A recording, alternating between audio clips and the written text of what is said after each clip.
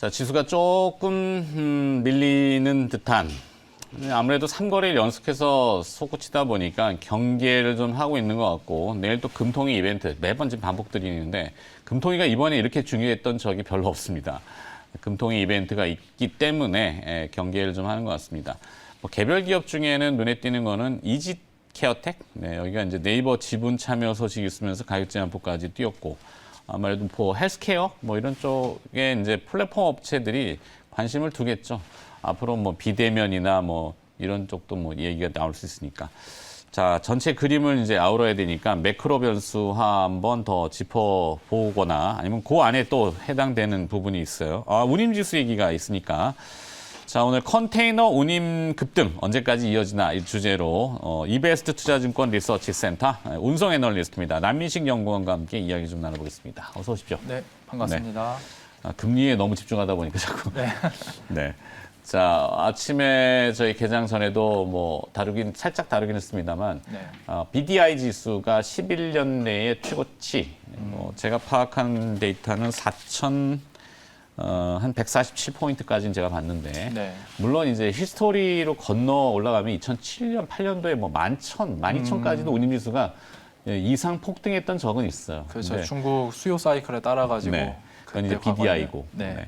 자, 오늘은 이제 1년 만에 또 급등한 컨테이너 운임지수. 여긴 네. 또 왜 이렇게 들썩거립니까? 이제 말씀해 주신 건 이제 BDI 건화물 지수이고 지금 말씀드릴 건 이제 컨테이너 운임 지수인데 네. 이것도 이제 1년 사이로 보면 한 4배 정도 폭등을 했습니다. 그래서 1년 복기를 해보면은 코로나가 발생을 하고 미국인들이 서비스 소비를 줄이고 재화 소비를 늘렸습니다. 쉽게 말씀드리면은 사람들이 여행, 문화, 교육에다가 돈을 안 쓰고 네. 가전 가구에다가 돈을 썼다는 거죠. 그렇게 되면은 중국에서 미국으로 가는 물동량이 자연스럽게 증가를 했는데, 즉 수요는 증가를 했는데 공급 측면에서 보면은 항만 마비가 발생을 하면서 공급이 원활하지가 못했습니다. 즉 네. 수급이 꼬이다 보니까 가격이 많이 올라갔는데 항만 하역 작업도 인부들이 좀 많이 하는 인력 투여 자본적인가요? 산업인가? 그 두 개 인력도 필요하고 자본도 필요하긴 하는데 네. 한 명의 확진자가 발생을 하면은 터미널 전체를 이제 셧다운을 해야 되다 보니까 네. 굉장히 원활한 취약합니다. 그 하역이 안 되는군요. 네, 그렇습니다. 그래서 보시는 것처럼 이렇게 한 4배 정도 올라갔는데 결국에는 조금 생각을 해보면은 이제 코로나 때문에 이렇게 올라갔으면은 백신이 보급되면은 당연히 컨테이너 운임 지수도 빠지는 거 아니냐 이렇게 생각을 하실 수가 있는데 사실은 좀 그렇지는 않은 것 같습니다. 그래서 네. 올해 사실 21년 초부터 미국에서 백신 접종자 수가 누적적으로 증가를 함에도 불구하고 컨테이너 운임 지수가 같이 상승을 했죠. 그럼 생각을 해보면은 단순하게 백신이 보급된다고 해서 이 모든 수급 상황이 다 풀리지는 않을 것 같다 이렇게 생각이 들었고 중간에 이제 우리가 놓쳤던 것이 물류 병목 현상에 대해서 주목하실 필요가 있다. 네. 저는 이렇게 판단이 들었습니다. 거기에 또 뭐 수혜주 운하도 한때 이슈가 좀 네, 됐었죠. 그죠. 좀 수혜주 운하도 과거에 한번 막혔었고 최근에는 중국 닝보항에서 그 하역 작업 인부가 확진이 걸리면서 부분 폐쇄를 했습니다. 이제 3위 항구인데도 불구하고 굉장히 지금 운송망이 매우 예민한 상황이죠. 앞서 이제 SCFI 상해 컨테이너 운임지수 이렇게 네. 표현하잖아요. 네. 하여튼 그 운임지수가 오르는 거는 그만큼 이제 물동량 자체가 굉장히 많다는 의미로 해석이 되는데 네. 특히 이제 미국에서 소비자들이 이제 내구재들, 가구, 뭐 가전 이런 집에 머무는 시간이 있다 보니까 그것들을 많이 소비를 하고 그래서 중국에서 보내는 거. 반면에 또 미국에서는 저쪽으로 컨테이너로 보내지는 않습니다만 이제 건화물, 벌크로 보내는 이제 농산물들, 네 그런 것들이 또 왔다 갔다 하니까 네. 서로 앞에다 대놓고는 막 뭐라 하지만 뒤에서 많이 왔다 갔다 하는 것 같아요. 그죠? 네, 그렇죠. 네, 시장 경제니까. 앞에서 이제 싸우면서도 사실은 그렇죠. 조력이 굉장히 많죠. 네, 중국이나 희한한 일입니다. 미국이나. 앞서 잠깐 언급해 주셨는데 백신 보급이 진행이 되면은 컨테이너 운임 지수가 하락한다? 이건 무슨 궤변 아닌가요? 이건 뭐 어떤 의미로 얘기 되지? 그러니까 지금 상황이 발생한 게 네. 코로나가 발생을 하면서 코로나의 사실 특수성 때문에 이렇게 특수성 올랐다. 때문에 그러면 이제 논리적으로 생각하면 코로나만 끝나면은 네. 컨테이너 운임 지수도 빠지는 거 아니냐 이렇게 생각을 할 수가 있는데 네. 이게 많이 그렇게들 생각을 하셨습니다. 근데 제가 봤을 때는 그거는 조금 중간고리가 빠져 있다. 그리고 그 중간고리는 물류 병목 현상에 주목을 하셔야 된다. 네. 저는 말씀드리고 있습니다. 네. 그 데이터 또 뭐가 있는 것 같은데 미국 백신 보급 이후에도 상해 컨테이너 운임 지수 요 내용인데. 네, 이 그래프인데 진한 파란색이 미국 백신 접종자 수이고 이제 하늘색이 SCFI인데 미국 백신 접종자 수가 증가함에도 불구하고 운임 지수가 계속 상승을 했죠. 네. 그러면은 지금 미국 백신 접종자 수가 더 증가해봤자 이거는 사실상 컨테이너 운임 지수랑 큰 관련이 없다고 저는 판단이 들었습니다. 자, 지금 컨테이너 운임 지수가 과연 어디까지 오를 것인가 이 부분이 이제 관심거리일 거고 네. 지금 뭐 컨테이너 예약하려면 뭐 2달 전에 예약을 해도 안 되고 뭐 굉장히 많이 밀려 있네요. 네. 그럼 어디까지 이게 오르나요? 무한정 오를 수는 없잖아요. 그렇죠. 이게 아무래도 초유의 상황이다 보니까 의견들이 굉장히 분분합니다. 뭐 금방 끝날 것이다부터 해가지고 해외 IB 같은 경우에는 내년까지 지속된다 이렇게 이야기를 하고 있는데 저 같은 경우에는 일단 올해 하반기까지는 컨테이너 운임 상승은 가능성은 매우 높다고 생각이 들고요. 네. 그리고 조금 더 내다보면은 내년 1분기까지는 운임 지수가 상승할 가능성이 있다 이렇게 판단하고 있습니다. 내년 1분기까지는 그냥 뭐 거침없이. 네, 네. 그 이유를 총 한 3가지 정도 말씀드리고 있는데 첫 번째는 지금 항만 적체 현상이 발생을 하고 있는데 이게 전체 공급량에서 도대체 얼마나 감소를 시키는 효과가 있냐 따져보면은 지금 컨테이너 선박이 항구에서 2에서 3일 정도 지체가 되고 있습니다. 이걸 공급량으로 치환을 하면은 한 16에서 20% 정도 선봉량이 감소를 하는 효과가 있거든요. 선복이라는 거는 선박 공급량이라고 보시면 됩니다. 네. 그래서 지금 수요나 공급 곡선 상당히 민감한 상황에서 공급이 16에서 20% 정도 감소한다. 이거는 저는 운임의 상승을 계속해서 자극할 거라고 저는 생각하고 있고요. 네. 그러면은 높낮이는 이제 말씀을 드렸고 지속성에 대해서 말씀을 드려야 되는데 그러면 이 항만 적체 현상이 언제 끝날 것인가? 저는 코로나가 개발도상국까지 종식이 되어야지만 이 항만 적체 현상이 끝날 거다라고 생각하고 있습니다. 다시 말씀드리면 이게 미국 혼자서 백신 보급률이 증가한다고 해서 풀릴 문제가 아니라는 거죠. 왜냐하면 이제 글로벌 항구 같은 경우에 다 네트워크로 연결이 되어 있다 보니까 베트남, 인도, 뭐 인도네시아 이런 쪽에서도 확진자 수가 확 줄어야지 미국 항구에서도 그 검역 작업을 중단할 수 있기 때문입니다. 네. 그래서 높이로 보나 지속성으로 보나 굉장히 운임이 상승할 가능성이 높다. 저는 이렇게 생각하고 있습니다. 인도에 또다시 코로나 대확산 얘기들이 나오잖아요. 하루에 60만 명? 아, 네, 3차, 거긴 또 3차라고 표현하던데, 네, 60만 명의 가늠이 저희가 잘 안 돼가지고. 하여튼 네. 미국만 이게 백신 보고 선진국만 잘 된다고 될 일이, 끝날 일이 아니라는 거죠. 네. 거기 이제 컨테이너 선 보급도, 아까 얘기한 선봉량도 공급이 늘어야 되는데 지금 뭐 덕후도 많이 차 있고. 네, 그렇죠. 그리고 선박이라는 게 발주에서 인도까지 2에서 3년 정도 리드 타임이 걸리다 보니까 지금 당장 필요한다고 해서 배를 늘릴 수가 없는 상황인 거죠. 네. 거기에 이제 배로 이 운임을 하는 것을 대체할 만한 게 없잖아요. 뭐 항공은 사실 비용이 너무 비싸고. 그죠. 아무래도 대량 운송에 가장 최적화된 게 이제 해운밖에 없다 보니까 그 대체제도 찾기도 어려운 상황입니다. 지금 나오는 자료는 뭐죠? LA 롱비치의 터미널? 열차 질체 일수인데 네. 이제 컨테이너 박스라는 게 컨테이너 배에서 야적장까지 옮기고 하적을 하면은 또 그거를 트럭이나 육상으로 옮겨야 열차로 되는 거죠. 해가지고 내륙 창고까지 움직여줘야 야적장으로. 되는데 네. 지금 서부 항구에 있는 LA, LB 터미널 열차 지체 일수가 한번 올라가고 나서 지금 빠지고 있지가 않습니다. 그러네요. 앞쪽에는 없는데 2020년도 네, 1월부터 그때는 데이터를 발간을 안 했었고 이게 네. 심해지다 보니까 1월부터 이 데이터를 발표하기를 시작했습니다.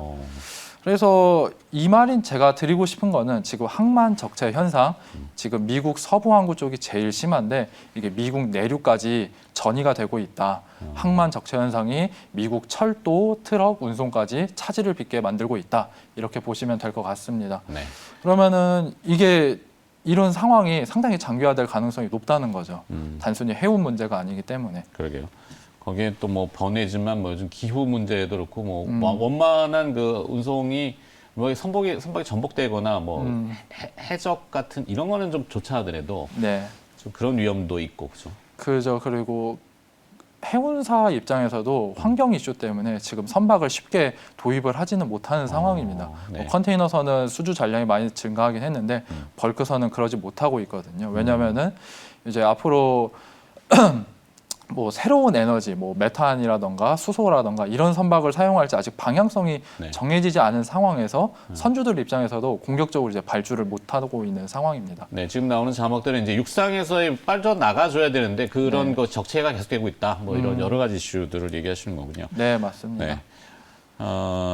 글로벌 컨테이너 선사 2분기 실적 발표 관련 내용들 주목할 부분이 좀 있나요? 네, 그래서 글로벌 컨테이너 선사 2분기 실적 발표를 하면서 21년 영업이익 연간 가이던스를 크게 올렸습니다.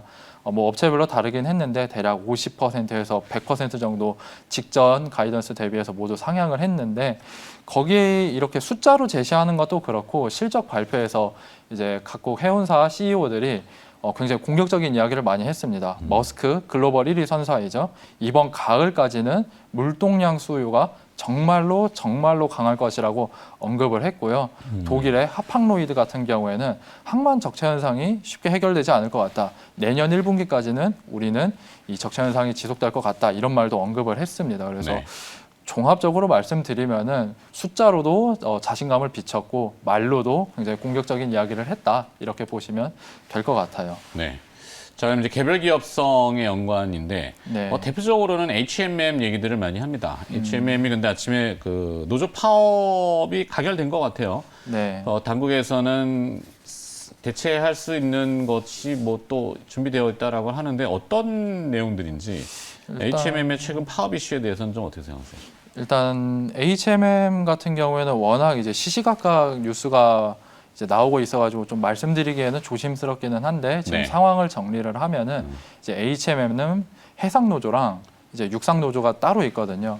근데 해운 노조에서는 오늘이죠. 오늘 만약 오늘 단체로 사표를 제출을 하고 네. 스위스 선사로 넘어가겠다 뭐 이런 이야기까지를 했거든요. 뭐 최후 통첩을 한 거라고 저는 판단을 하고 있습니다. 기업의 이익이 이제 급증하다 보니까 배분에 대해서 노조가 이제 얘기를 하는 거군요. 그죠. 자기들의 그리고 그동안 권리. 워낙 컨테이너 해운 업황이 안 좋았다 보니까 뭐 7년, 8년 가까이 임금이 동결이 동결되어 됐습니다. 있는. 뭐 인플레이션이 이렇게 심한 상황에서도 네. 많이 이제 임직원분들이 뭐 감내를 했었던 거죠. 그렇죠. 그러다 참다가 이제 더는 안 되겠다 싶어가지고 사실 회사도 영업이익이 굉장히 많이 나오고 있는 상황이어서 이렇게 좀 강경수라고 해야 되나요? 최후 통첩을 던졌다고 저는 보고 있습니다. 네.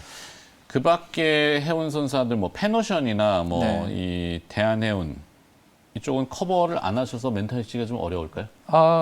뭐 할 수는 있기는 한데 사실 네. 저는 HMM을 좀 더 좋아하기도 하고 탑백으로. 네, 그리고 아무래도 많은 분들이 HMM에 관심이 있다 보니까 좀 HMM 관련해서 이야기를 드리면은 그러면은 제 생각에는 파업까지만 가지만 않는다면은 사실 기업 가치에 미치는 영향력은 크게는 없습니다. 왜냐하면은 노조 측 이야기를 다 들어주고 그 수용을 해주더라도 한 1,200억 원 정도 추가 비용이 들거든요. 네. 이게 매출액 대비해서는 1% 정도 수준입니다. 그렇죠. 지금 뭐 어마어마하게 지난번에 파생상품 결합 손실을 냈는데도 네. 불구하고 뭐 이익이 몇 조예요? 뭐 분기별로 지금 연간 6조 정도 바라보고 있으니까요. 네. 그리고 영업이익률이 50%인데 1% 정도 하락하는 거는 사실은 스크래치 정도밖에 나지는 그렇죠. 않습니다. 네, 맞아요. 이제 HMM 영업이익률이 만약에 5%, 3%라면은 아주 중차대한 일인데 사실은 노조 측 입장을 다 들어준다고 하더라도 기업 가치에 미치는 영향력은 없습니다. 근데 타협점이 보이는군요. 예, 그리고 지금 해운 노조도 뭐 강경책으로 나서고는 있는데 지금 대화 창구는 열어놓고 있어가지고 네. 저는 뭐 극단적으로 가지만 않는다면야 좀 노이즈가 되지 않나 저는 생각을 하고 있습니다. 뭐 세상 일은 알 수가 없는 거지만 그래서 네. 상식선에서 합의점과 그다음에 그거에 따른 기업의 리스크 요인이 제거되기 때문에 네, 그렇죠. 오히려 현재 업황을 고려해 보면은 기회가 될 수 있다고 그렇게 봅니다. 보시는군요. 왜냐하면 이제 컨테이너 운임이 지금 3개월 내내 상승을 했는데 네. 사실은 HMM은 계속 뭐 우하향을 했었거든요. 맞아요. 네. 그렇게 보면은 좀 노이즈가 좀 사라지면은 좀 주가 센티도 많이 살아나지 않을까 저는 그 생각합니다. 주가가 이제 내려올 때 요인이 앞서 지적해 주신 이제 백신 보급이 높아지고 그러면은 뭐 그 백신 코로나 때문에 이상 급등했던 운임 지수는 또 내려갈 거고 뭐 컨테이너도 보급이 되고 뭐 이렇게 생각을 했던 그죠. 가정들인데 아까 네. 데이터를 쭉 보여주셨지만 현재 그 가능성이 좀 희박한 거. 그죠. 그죠? 네. 네.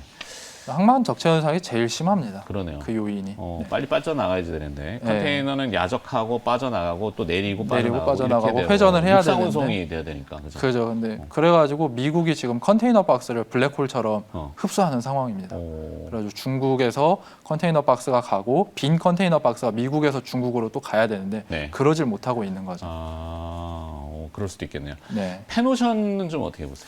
펜오션은 뭐 바이 의견을 드리고는 있고 최근에 이제 용선을 확대를 하면서 2분기 영업이익이 굉장히 좋게 나왔습니다. 애널리스트 추정치 대비해서도 한 10%, 15% 정도 더 잘 나왔고요. 네. 그래서 좋게는 보고는 있는데 그래도 조금 더 레버리지가 나는 사업을 저는 개인적으로 선호를 해가지고요. 지금처럼 컨테이너 운임이 이렇게 폭등할 때에는 컨테이너 쪽이 좀 더 매력적이지 않나 저는 생각하고 있습니다. 알겠습니다. 네. 자, 매크로 중에 산업 섹터, 이제 BDI와 그다음에 SCFI, 상하이 컨테이너 운임 지수 이쪽을 중심으로 해가지고 HMM 또 최근에 이슈도 있고 해서 다뤄봤고요. 도움 말씀 주신 분은 이베스트 투자증권 리서치 센터 운송 애널리스트입니다. 남인식 연구원이었습니다. 고맙습니다. 네.